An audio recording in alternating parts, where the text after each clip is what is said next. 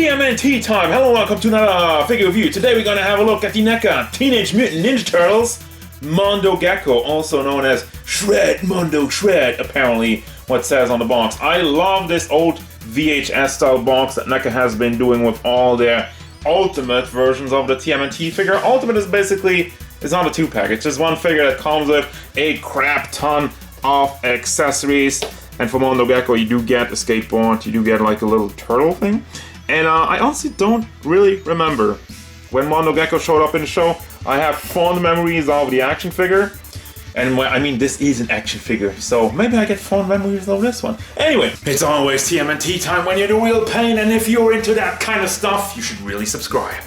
Whoa, dude, radical! No, but seriously, I do like the colors. This guy stands at about, let me get my ruler and knock everything off the table, stands at about 14.3 centimeters, 5.5 inches tall. Size comparisons. Here's Jolter, the original Playmates toy Mondo Gecko, the SH Figuarts Goku, Super 7 Leonardo, Neca Michelangelo, and Darkseid. Overall look in detail, well, he does look like Mondo Gecko from the show. Now I had to look it up a little bit because, as I was saying, I don't even remember Mondo showing up in that, but hey, we have a figure, so there's proof on the internet, go check it.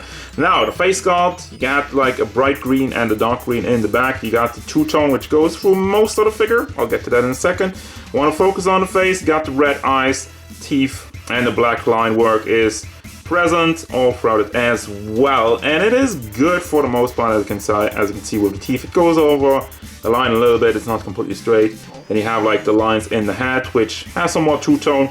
Dark purple, light purple, and the hair in the back with the headband, which is not cleanly painted, unfortunately, but it is a small detail, which I am willing to forgive. Also, he does have the opening mouth gimmick, which is fine, it's alright. Do I absolutely need it? Not really, but, you know, it's one of these things, like, I don't really care for it, but it is there, and it is done well. It doesn't leave too many big gaps on the side. And you have the neck, which doesn't have a two-tone, that's just in the dark green. The shirt also does not have a two-tone, it's just like yellow.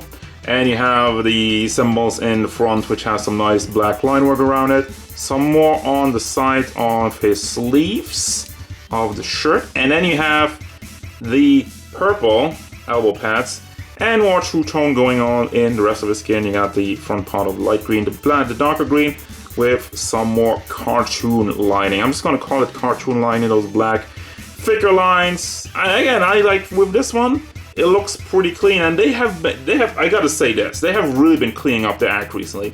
Like Neca, some earlier releases, the lines were awful, and you had like some problems with the paint. On this one, don't really have that much of an issue with it. You even got like painted fingernails, which is pretty cool. The joints are also painted, which is a Neca classic, that's why they're usually pretty stiff, and well, the color will just rub off over time, but it is what it is. That's not really a knock, because also on this one, I did not have to heat him up with a hairdryer for like half an hour. Out of the box, he came out fairly nimble, and I couldn't move him around without breaking anything. And that's always like, I gotta tell you guys, always be careful with your Neca figures, because they paint the joints, the joints might be completely frozen, and if you force it too much, you might break something off. So be careful with it, although, like I'm saying, it's been getting better. It's been getting better in recent years, days, months, whatever. You have the one glove on this side. It's nicely painted for the most part, not on all of them fingers, but it's alright. Going down to the shorts, have some of the two-tone, and his abs. I'm just calling this abs, even though it's like more of the lizard anatomy, and this super color tail, because it's just like, you have the bright green and the orange and like the darker green. It looks pretty cool. I actually like it. It kind of reminds me of like, or is it Reptile?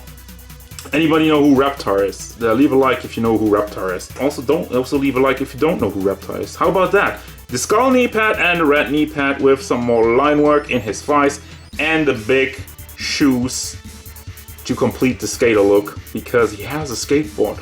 In case you didn't know, yeah, it's just like, this is so 90s colorful skater lizard man. It's amazing, actually.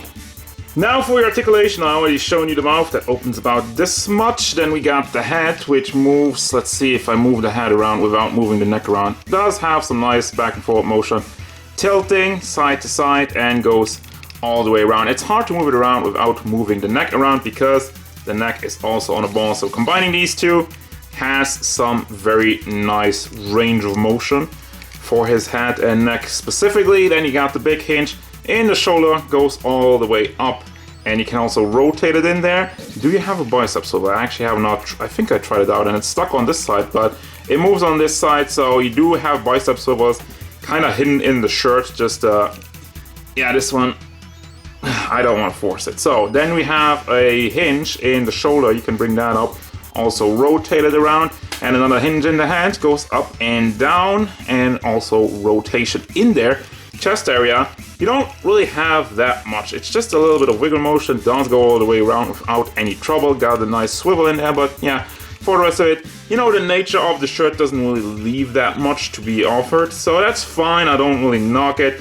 But however, the lower part, it's just like that swivels also, but can't get anything else in there. So I'm wondering if there's anything else. I'm thinking it's honestly just on a swivel because the crotch piece is soft-ish, as you can tell if you move the leg forward. So there wouldn't be any trouble with that, but I can't get this to move. And yeah, not sure what's in it. So we're going down to the legs, moving on from that, move out to the side. Those are just on balls, you can see that. And goes to the back, rotation in there. And do you also have a thigh swivel? Yes, I actually forgot to check those in advance, but then you got the double hinged knees, which is a little bit stiff. Let's try this one. So that's how far it goes up. Also the tail does, I think it's a double ball because you can kind of move the ball itself around in there. So you can bring it up like that and then move it down and kind of give it a little bit of a tuck. Then it goes out to the side and also swivels. No trouble there. And for the boot, well, the shoe does rotate side to side. You got a pivot in there. And it does go up somewhat, and it does go to the back. Obviously, once again, you don't have the biggest room for it, but it's alright. I mean, stability shouldn't be a problem, especially with the big feet. For your accessories, you got quite a bunch of stuff, and as I'm mentioning it again, as I don't remember him showing up in the show, I will not be able to give you the inside of what everything is, alright? So I just, like, my mind's already a palace for, like, video game knowledge and whatnot. I can't remember all the little details, so please shut up. It's okay. Anyway, so you got some dynamite with a timer on it. Actually, very nicely done. It's very detailed with the red dynamite in it and a couple of wires that go through it. All soft plastic, so you can wiggle that around a little bit. But yeah, it looks very good. Looks pretty clean. Has a little bit of a dent over there, but I don't know if that's intentional or not because it's supposed to be. It looks like concrete or whatever. But yeah. Let's not dwell on that too much. You got what I believe is some kind of armband because... Can you take it apart even? Probably could because you can clearly see where it's assembled. But then again, it would be easy to just slide it over the arm by taking the hand off. Let me see if I can demonstrate that right away. I don't know if it's the right arm. But yeah, you could just kind of get this over, squeeze it in, and then get the hand back on, and then you have this armband. So you can use that. As well, you got a laser cannon from, looks like a Foot Clan laser cannon, so maybe he's evil. No, I don't think he's evil. But then we got hands, holding hands for the cannons. No fist hands. Again, I just had that with Batman Beyond the other day. No fist hands on an action figure. What the hell is that? Then you got a lizard, which I'm thinking is probably Mondo himself. Doesn't have any articulation. Has the arms just kind of packed in there, but it's fine. I mean, it's just a small detail. Got some Payne on there, which is respectable considering the size. You got a back, just the back. Has this little spark over there, which a little bit shiny. I don't know what that's about. Then you got some black line work. Does pretty much go over the line in some parts. It's not as clean as the rest of the figure. Unfortunately, then you got his little turtle friend who has a little bit of articulation, but the look of it is also cool. You got the two-tone as well in there. It does, you know, a lot of detail for just an accessory, so that's pretty cool. The head is, from what I can tell, is on a ball hinge probably, or just a ball, because you can tilt it all the way around, swivel it, and bring it back and forth. Then you got a hinge in the shoulder area, so you can bring that up and down. Rotation, you also have a swivel in the hands and a swivel for the legs, which I wish it would have been on the ball. Wouldn't have cost them that much just to make this on a little bit of a ball hinge, but regardless of that, the guy looks pretty good, looks fairly detailed, has an old face, like an old friendly face, and some dots in there, but yeah, great amount of detail for an accessory. And then you have the skateboard with some flames on there. You got the one pack, so you can pack it in, so it doesn't fall off all the way. The wheels do spin. It is just regular plastic, obviously, it's not like anything else, but then you got like exhaust pipes.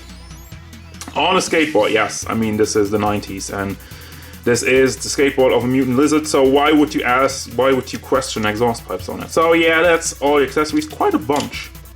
Okay, so before I get to the final thoughts, I have to address something, like the paint. It seems to be extraordinarily weak on this guy, like looking at it, giving it another look when put him into pose, like look, it's already off on the glove, and there's like other parts of the hand where it's already some of it missing. And as I was getting into place, the white of his shoes was just kind of like rubbing off immediately on the skateboard. I don't know if we can recreate that right now. They can see some lines already, a little bit. So I mean, you're not supposed to rub it over there, but I don't know. I was kind of shocked of how frail it was. So that's kind of weird. I don't know if I've never really noticed that with NECA figures. I never really had issues with that, but seems to be a thing here. It's not, you know, completely bonkers. It's not like I'm breathing on it and it comes off, but still, like, some pieces, like the hand, this hand, for example, looks good, but it might just be quality control issues. Some people might get some that look a little bit more rough. Others get some that are, like, yeah, the paint, like, there's even some bubbles in there. Like, you can see some bubbles in this hand, so it's like excessive paint just kind of smeared over it. Kind of like a sign of that. Kind of weird, but you know. Final thoughts! Now, actually, final thoughts. Other than what I just said about the paint, yeah, I don't have any complaints with this figure. I love how the colors pop, how nice and colorful he is.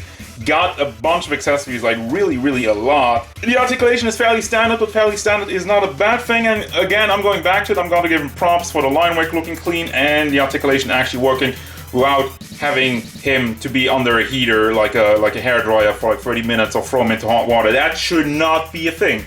Some people just accept that, but you know, somebody who buys a lot of figures from Japan, I don't really have trouble with those figures. So, I'm not trying to throw shade at anybody, I'm just saying, when people say like, well, it's normal that I take out a figure and I have to use the hairdryer for like 20 minutes before moving around. That's not normal. I don't think that should be normal. Anyway, I got a little bit off on a tangent there once more, but for this figure in particular, yes, I do recommend it, but honestly, be careful with the paint.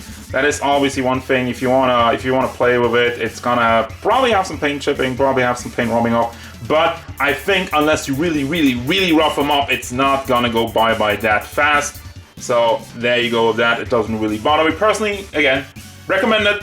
That's gonna do it, guys. As usual, thank you very much for watching. Don't forget, if you enjoyed this review, hit it up with a like and subscribe to the channel so you can stay tuned for more figure reviews, card game stuff, and whatever Mondo Gecko wants. Stronger paint, dude.